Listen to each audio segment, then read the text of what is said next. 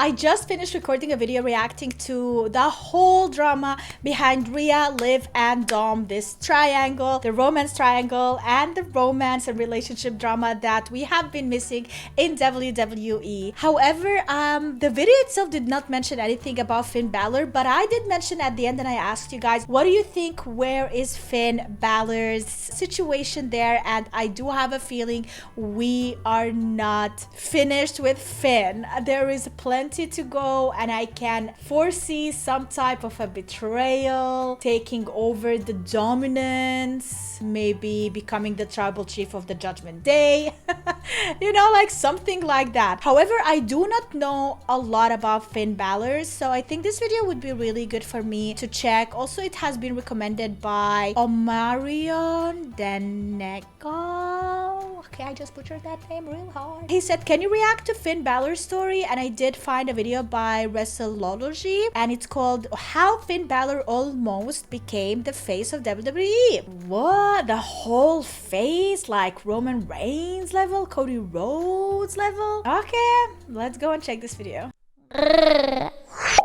For a decade now, New Japan Pro Wrestling has been completely dominated by a faction known as the Bullet Club. A group mostly composed of foreign wrestlers willing to destroy everyone in Japan, the Bullet Club has become one of the most influential factions in wrestling history, and because of them, world-renowned stars like the Young Bucks, Kenny Omega, Jay White, Luke Gallows, Carl Anderson, and many more have risen to the top of pro wrestling.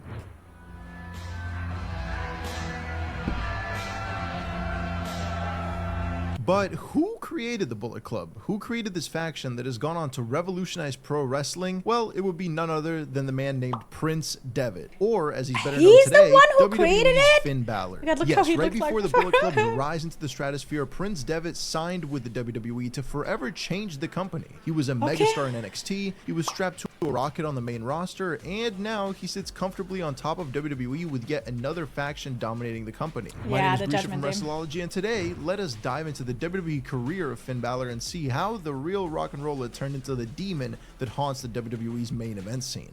And it all started in 2014. Upon arrival, he was given instant credibility by aligning himself with a fellow rising star, Hideo Itami. But that's not even the fun part of his debut on the Black and Gold brand. At the following NXT TakeOver Our Evolution event, Balor teamed up with Itami to take on The Ascension in a high-impact tag team bout. And upon making his entrance, Balor would debut The Demon. This war-painted and violent version of Finn came out and helped Itami defeat The Ascension. And this amazing presentation, combined with Finn's impressive skills in the ring, helped him shoot up to the top of the card with notable victories over Tyler Breeze and Adrian Neville. That is before Balor was finally primed and ready to challenge Kevin Owens for the NXT Championship. And even though he lost in his first NXT title match against Owens on the March 25th edition of NXT, Balor would have hit much harder in their rematch at the Beast of the East event. So hard, in fact, that Balor would secure the victory over the prize fighter to become the new NXT champion. However, of course, you can't just get rid of Kevin Owens easily. Even though he still debuted on the main roster against John Cena a few months prior, Kevin Owens still felt like he should be the rightful champion on the Black and Gold brand. So at NXT TakeOver Brooklyn, the two once again went to war in a brutal ladder match for the title, and in Kevin's final NXT match, he would suffer a defeat as Finn cemented himself as being the new top guy on NXT. But Balor wasn't content with just being the top single star in NXT. No, he wanted to be a part of the best tag team as well, just to prove that he was the best all-around performer in NXT history. So he entered the newly created Dusty Rhodes Tag Team Classic, a tournament showcasing the best duo in NXT, with the winner getting themselves a trophy to commemorate the victory. And heading into the tournament, Balor turned attention towards perhaps the most dangerous man in NXT at the time, Samoa Joe. Joe and Balor would completely crush the competition, defeating the team of Baron Corbin and Rhino in the finals at NXT TakeOver Respect to win the entire tournament. However, this dominating team wouldn't last too much longer following the win, and following a successful defense against Apollo Crews on an episode of NXT, Balor would end on the receiving end of a thunderous clothesline by Samoa Joe himself. Joe turned heel for the first time in NXT, and it was all in service of one thing: becoming the NXT champion.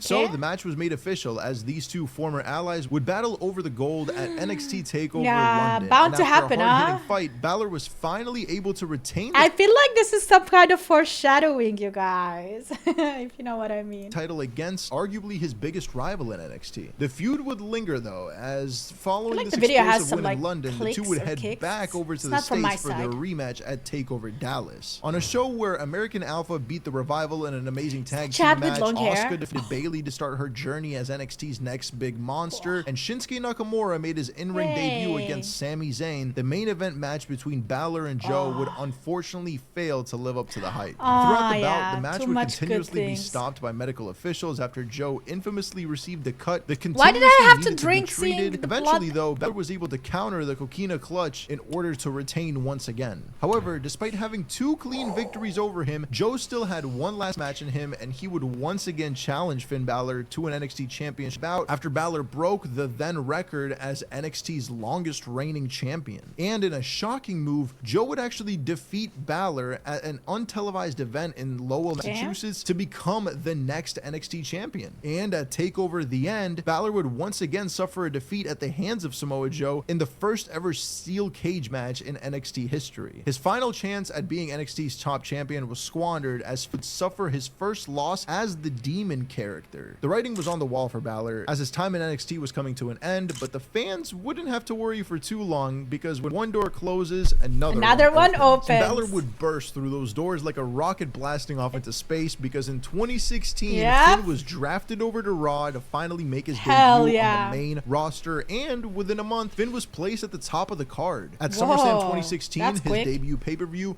Balor was battling Seth Rollins to become the first ever Universal Champion. And while many fans probably expected Seth to win at this time, with Balor having to earn his stripes in WWE, that's not what happened. Instead, shockingly, Balor defeated Rollins to become the Universal Champion. For comparison, it took Brock Lesnar 4 months to become a world champion on the main roster. For Balor, it took one day. He was positioned as the next top star in WWE, and fans were excited to see what he'll do next. Unfortunately, though, Balor's time on top did not last long. Less than 24 hours, as a matter of fact. Oh my god, This what? was because 24 during the hours? match with Seth, Balor suffered a shoulder tear that put him out of action for 6 months as he was stripped of the title. However, on April 3rd, 2017, Balor would finally make his way back onto television with an explosive return tag team match alongside the man who injured him in the first place, Seth Rollins. No, but Seth Balor Rollins. would have bigger things on his mind, of course, as he wanted to once again place himself on top of the roster. So, at Extreme Rules 2017, Finn took part in a #1 contenders match against Samoa Joe, Seth Rollins, Roman Reigns, and Bray Wyatt for Brock Lesnar's Universal Championship. Unfortunately for him, though, he would lose that match and not get a title shot. And things didn't look too much better following Extreme Rules, as Balor would kick off a program with Elias leading into SummerSlam. Yes, the man who was given the world upon arrival just a year prior was now stuck in a lower mid-card feud against Elias. A feud that bizarrely, by the way, he lost, as during a no disqualification match between himself and Elias, Balor was attacked by his next target, Bray Wyatt. Sure, it's a much better position for Balor than his rivalry with Elias, but a feud with Bray around this time still felt a little underwhelming. Bray had already started to crack as a character, with fans slowly tuning out Wyatt around this time, and this was not only proven even more following Finn's victory over Bray at SummerSlam, but Bray was just not going to let Balor go until he finally found himself on the receiving end of a victory. And despite losing to Finn at both SummerSlam and No Mercy, Bray would once again look to take on Finn at the upcoming TLC event. And the build into TLC was strange, to say the least, as Bray challenged Finn to one more match. However, Bray wasn't planning on coming alone. While Balor had his alternate demon persona to help guide him in his big matches, Bray has the spirit of Sister Abigail.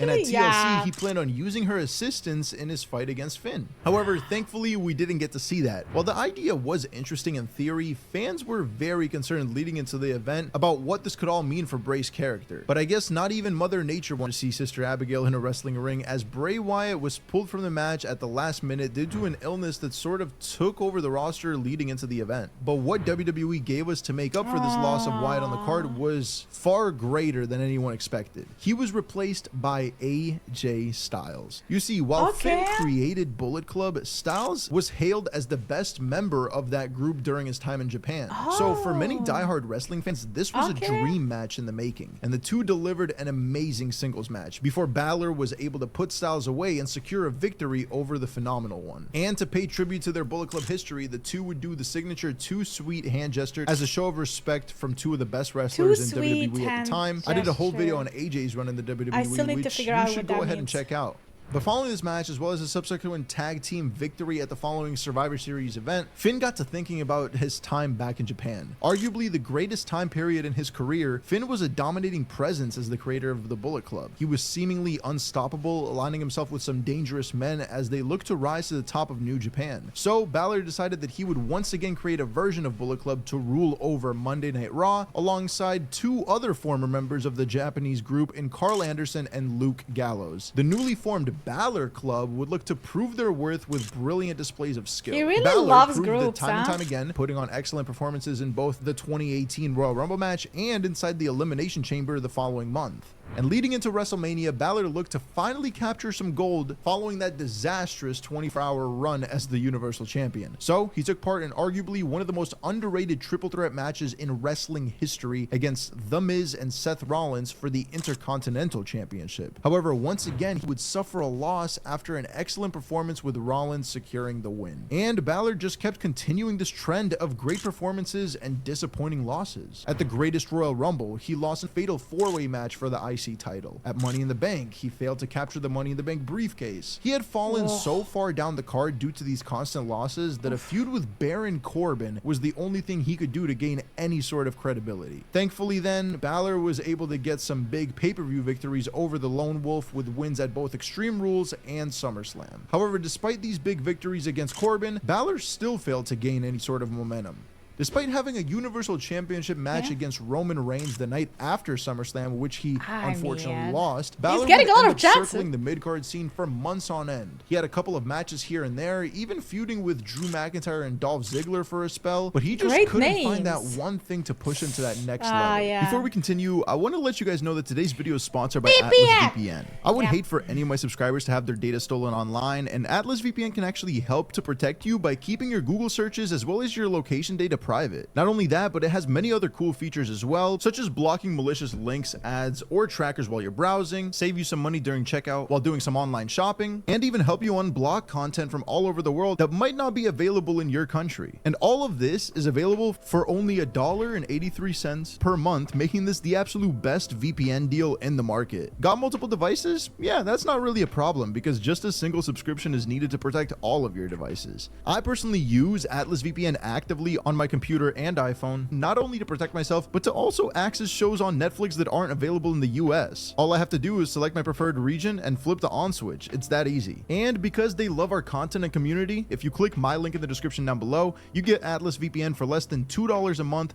plus 3 months extra for free and a 30-day money-back guarantee if you're not satisfied. But it is limited, so be sure to check it out ASAP. Thank you so much, Atlas VPN. Balor even made a one-off appearance in NXT UK as a surprise opponent for Jordan Devlin at TakeOver Blackpool, but this feeling, that feeling that you can only find in NXT UK, perhaps it helped to remind Balor of his roots, not just as a former leader of the Black and Gold brand, but also as a young man who fought all over Europe in the early days of his career. Perhaps that and just a little bit of luck is all he needed, and that luck came in the form of actually an injury. In the lead up to the 2019 Royal Rumble event, Braun Strowman was scheduled to battle Brock Lesnar for the Universal title. However, Braun was pulled out of the match and a number one contenders match was held on Raw that Balor won. And thus, at the pay-per-view, Finn took on the Beast Incarnate in what was easily one of the best matches in Brock Lesnar's entire run as Universal Champion. Sure, he once again suffered a loss to the Beast, but Finn had reminded everyone with this match that he was still a main event player. And with this high-profile match, Balor positioned himself back up the card and into the Intercontinental Championship scene. A year prior, he shared the ring with Seth Rollins and The Miz when they fought for the title. However, at WrestleMania 35, Balor found himself not against two men, but one almighty destroyer. Balor went toe-to-toe with Bobby Lashley, defeating him in minutes as he once again wore the demonic war paint to terrorize his opponent. During this reign, Balor would continue to put on dream matches as he defended the IC title against the likes of Sami Zayn, Andrade Cien Almas, and Mustafa Ali. But after holding the title for a couple months, Balor would finally meet his match in a battle against Shinsuke Nakamura on the Extreme Rules kickoff show. Yes, a match between Finn Balor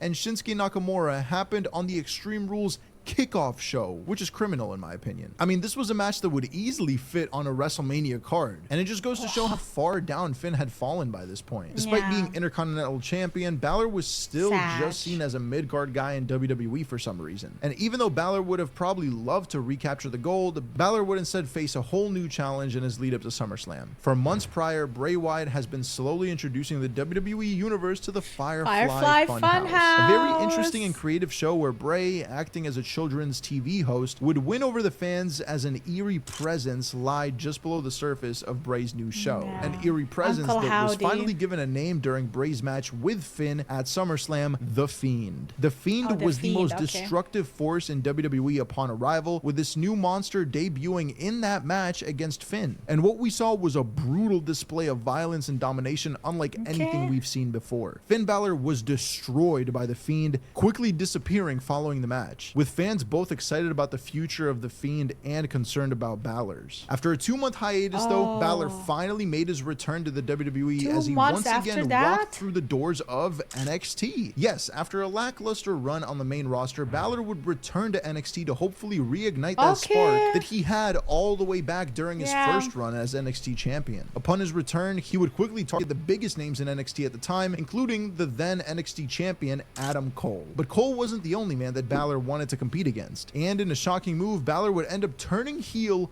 on the top babyface of the brand by injuring Johnny Gargano. Oh yeah, I see him as a heel, 100%. Had been weak in his absence. There lacked a toughness on the black and gold brand. Well, perhaps the toughest man in NXT at the time took that sentiment to heart as he challenged Balor for a match at NXT TakeOver War Games. That man was Matt Riddle. However, despite putting on an excellent match against Finn, the new Prince of NXT left a mark on the brand by defeating the King of Bros. Finn was easily one of the hottest things going in WWE at the time, and his star power led him straight into the NXT title scene as he challenged Adam Cole on the December 18th episode of NXT. However, Balor would be unsuccessful in his pursuit for the title as Johnny Gargano would make his shocking return to cost Balor the title. And thus, the match was finally set for TakeOver Portland, Balor versus Gargano. After an excellent back and forth bout, Balor would once again earn himself a victory by defeating Johnny. But it seemed like Finn had angered too many people in the locker room with his presence, as on the April 22nd episode of NXT, he was announced as unfit to compete that night due to a backstage attack on the Prince. Over the next few weeks, fans speculated who could have been the attacker. Was it Velveteen Dream, Cameron Grimes, perhaps even Adam Cole? But no. Instead, it was a man who will become more familiar with Balor over the next couple of years that was revealed the attacker, and that was Damian Priest. Through this attack, Balor turned back into a babyface as he looked to get his revenge on Priest. And at TakeOver in Your House, Balor also the whole Judgment Day and thing with Damian Priest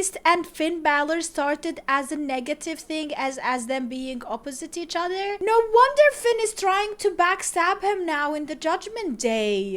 Now I can see it even more clearly. TakeOver in Your House, Balor indeed got his revenge by defeating Priest in yet another blowaway performance. And following another quick victory of Timothy Thatcher at TakeOver 30, Balor would once again set his sights on championship gold. Following Karrion Kross's injury at TakeOver 30, a fatal 4-way Iron Man match was announced for Super Tuesday 2 to determine who would win the newly vacated championship. Adam Cole, Tommaso Ciampa, Johnny Gargano, and Finn Balor all shared the ring that night, with Balor shockingly getting the victory to once again be crowned NXT champion. And like his first run as champion, Balor looked to impress everyone as he held on to the gold. At TakeOver 31, Balor put on arguably Kyle O'Reilly's best NXT singles match in his defense of the title. Following some surgery on his jaw that he broke within that match, Balor would return to continue defending his title. At TakeOver Vengeance Day, the winning ways of Finn Balor would continue as he defeated the bruiserweight Pete Dunne in a hard-hitting technical encounter. He'd even proved to be the better man against Adam Cole in his defense against him on the March 10th episode of NXT. However, the gold always belonged to one man that would soon return from the depths of hell to take back what is his, and at TakeOver Stand and Deliver, Balor's reign would come to an end as the returning Karrion Kross would defeat Balor to reposition himself as NXT's top monster. And following a rematch with Kross, Cross, Balor would once again leave NXT, with Cross Aren't defeating him they on now his way in out the Raw as door and well? back towards the main roster. Balor had reinvented himself in NXT, once again establishing himself as the top guy in the company. So it was no surprise that when Balor returned to SmackDown, with his focus now being on the Universal Championship. But there was one problem with that. If he wanted to get that title, he had to go through the tribal chief Roman Reigns. Yes, this was a very different version of Roman than he was used to. Sadistic, manipulative, and arguably at his peak athletically. So when it came to actually taking on the tribal chief, Finn was unable to match up against this new version of Roman. Roman's skills, plus a fair bit of luck, led him to beating Balor on multiple occasions, with their feud blowing off at Extreme Rules in a match that has one of the most bizarre finishes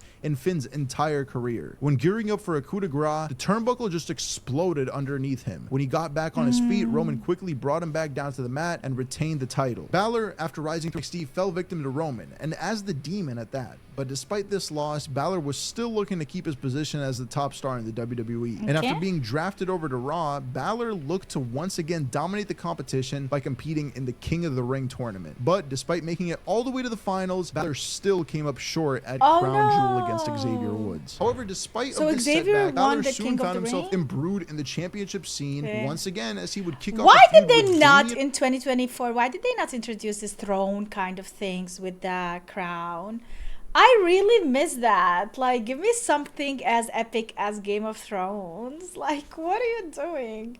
Priest to become brood in the championship scene once again, as he would kick off a feud with Damian Priest to become United States champion this time. He soon lost the title back to Priest, however, just as Priest was looking to also rise up the card. And while Balor was left off the WrestleMania 38 card, his rival in Priest would form Judgment Day alongside Edge and soon after Rhea Ripley. Balor, however, still had unfinished business with Priest and would start to target Judgment Day alongside AJ Styles and Liv Morgan. And this war against... Dude, they already had, like, Liv Morgan was already with him? With Finn on his side? They have history? You guys, it's complete foreshadowing.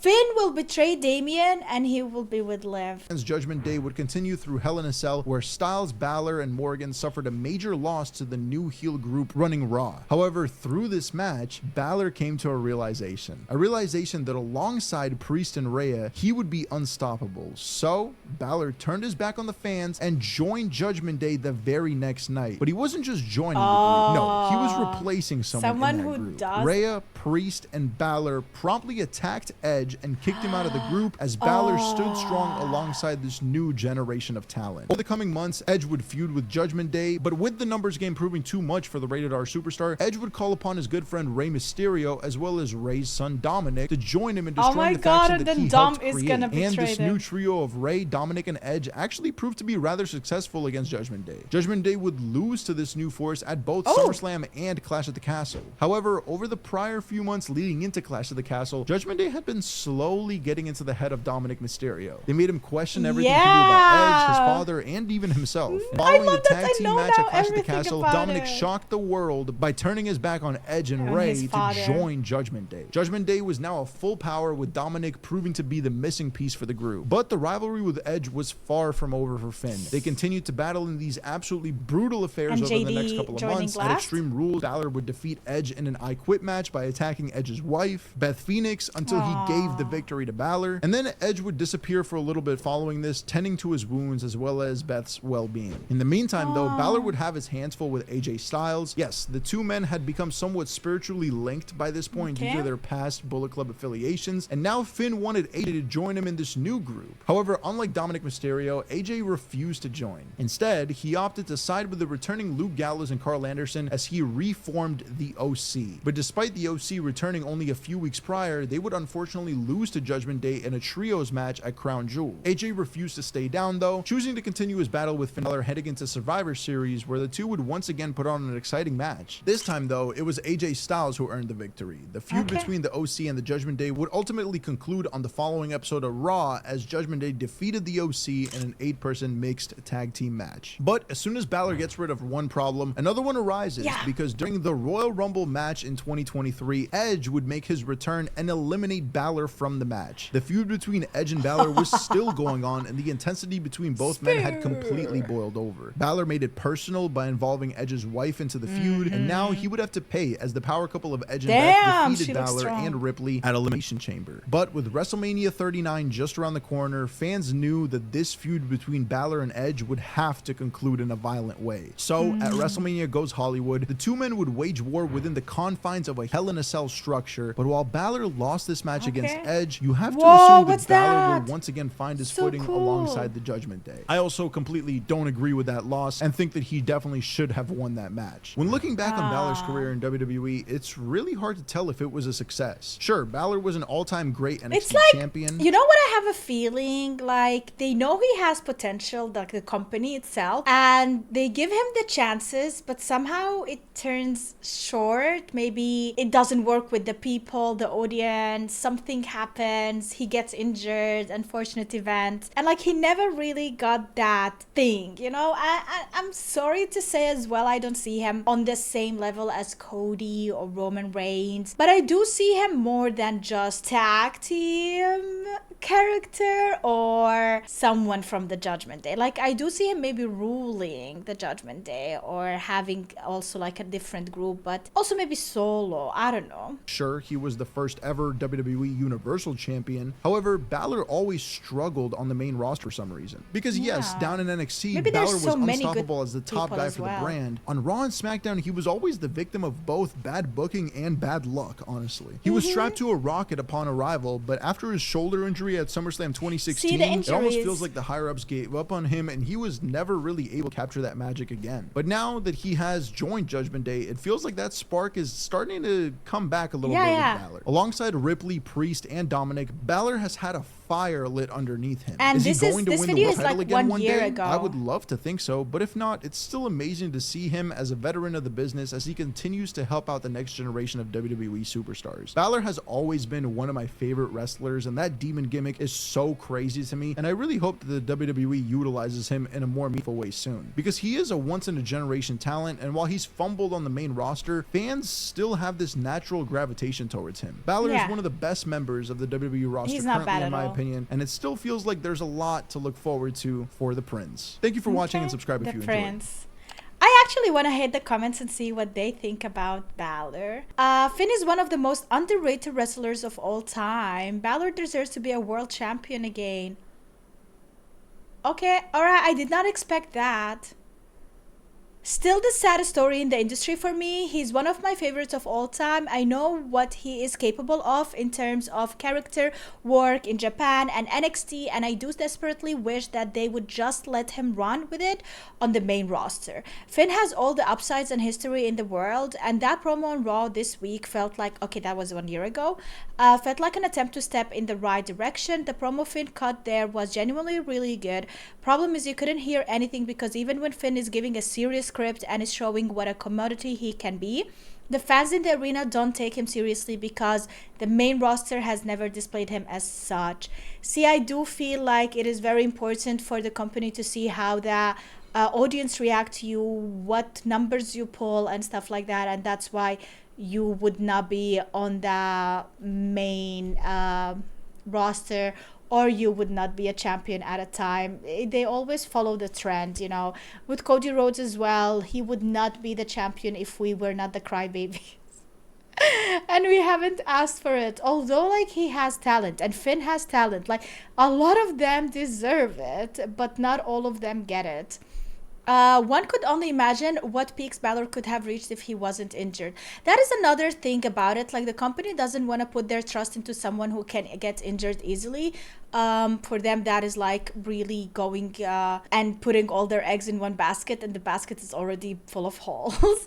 So I don't know. I don't really think it is smart. The company would not do that, but also it is really sad because a lot of these wrestlers get injured all the time and they still prove themselves and they still are champions, so why not Finn, you know? And I cannot believe that he has been there for so long. Honestly, he looks younger than his age. But yeah, that is it. That's my opinion. Let me know what you think about Finn. What do you think the future is? This video was 1 year ago, so I don't think he could have foreshadowed anything similar to a betrayal through the Judgment Day or taking over the Judgment Day and being on top with Liv Morgan as well there. Which I can see. I can see Finn going complete heel, which he is, and also having Liv on his side while fighting against Damian and Rhea. Because Damian versus Finn was a thing. It's not something that never happened before. So we have history there. Liv being with Finn on the same side is a thing. Okay, I can see that. Let me know in the comments what you think. Thanks so much for watching. I hope you enjoyed this video. If you did, make sure to leave a like, subscribe for more, and see you tomorrow with a brand new one. Bye!